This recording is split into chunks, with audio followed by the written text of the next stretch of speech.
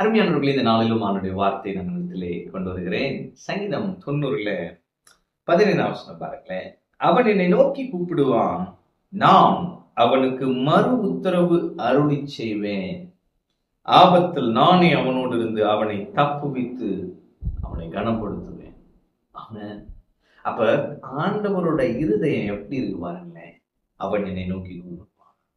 அப்ப ஆண்டவர் உங்களையும் என்னையும் பார்த்து மத்தவங்கிட்ட சொல்லுவார்னா என்ன சொல்லுவாரு? அவன் என்னை நோக்கி கூப்பிடுவான். ஆமென். அவனுக்கு என்னெல்லாம் நடக்குதோ அவன் என்னை நோக்கி கூப்பிடுவான்.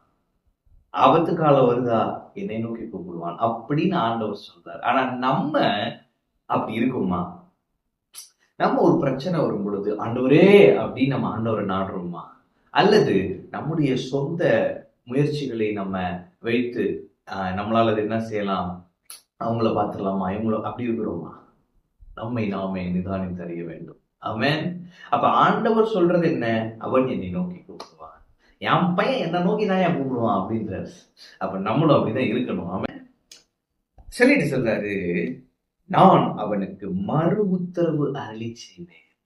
என்னை அவன் கூப்பிடுவாயா, நான் அவனுக்கு மறு உத்தரவு ரெஸ்பாண்ட் பண்ணுவேன். ஆமென். இன்னைக்கு நம்ம நிறைய நேரம் என்ன சொல்றோம், ஆண்டவர் சத்தத்தை கேட்க முடியல. ஆனா ஆண்டவர் என்ன சொல்றாரு, அவன் என்னை நோக்கி கூப்பிடுவான், நான் அவனுக்கு மறு உத்தரவு அருளி செய்வேன். என் ஆடுகளின் சத்தத்திற்கு செவி கொடுக்கும். அப்ப ஆண்டவர் சத்தத்தை என்னால கேட்க முடியலன்னு யாருமே சொல்ல முடியாது. ஏன் அப்படின்னா வசனத்தின்படி என்ன இருக்குன்னா, என் ஆடுகளின் சத்தத்திற்கு செவி கொடுக்கும். அப்ப நம்ம ஆண்டவரோடு உள்ள உறவை வலுப்படுத்த என்ன நடக்குது? அவர் பேசுகிற சத்தத்தை என்னால் கேட்க முடிகிறது. ஆமென். அப்ப அவன் என்னை நோக்கி கூப்பிடுவான், நான் அவனுக்கு மறு உத்தரவு அருளி செய்வேன்.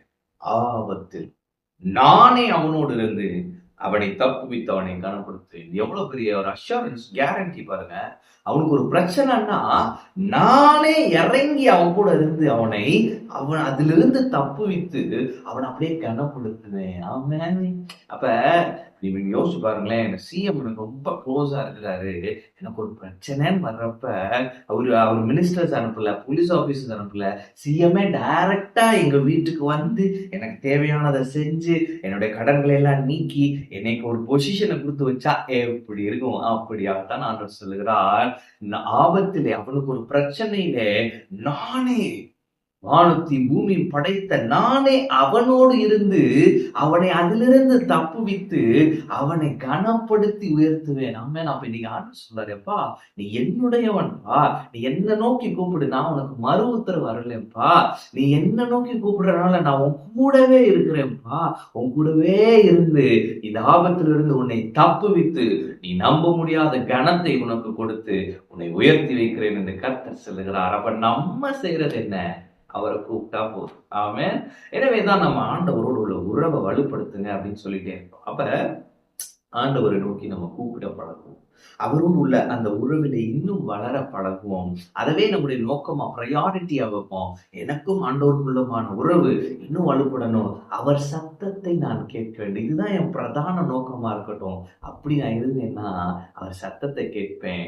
எனக்கு ஒரு ஆபத்து வர்றப்ப அவர் என் கூட இருக்கிறார்ன்றதை நான் உணர்வேன். அவர் என்னை தப்புவிக்கிறார்ன்றதை என்னால உணர்ந்து கொள்ள முடியும். அவர் கிரியை செய்கிறார் என்பதை உணர்ந்து கொள்ள முடியும். அவர் கொடுக்கும் கனத்தை பெற்று நான் அனுபவிக்க முடியும். ஆமென். எனவே நீங்க கர்த்தருக்குள்ள பார்த்து சொல்லுகிறார், ஆபத்துல நீ என்னை நோக்கி கூப்பிடு, நான் உனக்கு மறு உத்தரவா இருக்கிறேன், அவன் கூடவே இருக்கிறேன். உன் ஆபத்து நாளிலே நானே உன் கூட இருந்து நானே உனக்கு தேவையான எல்லாவற்றையும் செய்து நானே உன்னை தப்புவித்து உன்னை கனப்படுத்துவேன் என்று கர்த்தர் சொல்லுகிறார். ஆமென். கர்த்தர் உங்களோடு இருக்கிறார். கர்த்தர் உங்களை ஆசீர்வதிப்பார்.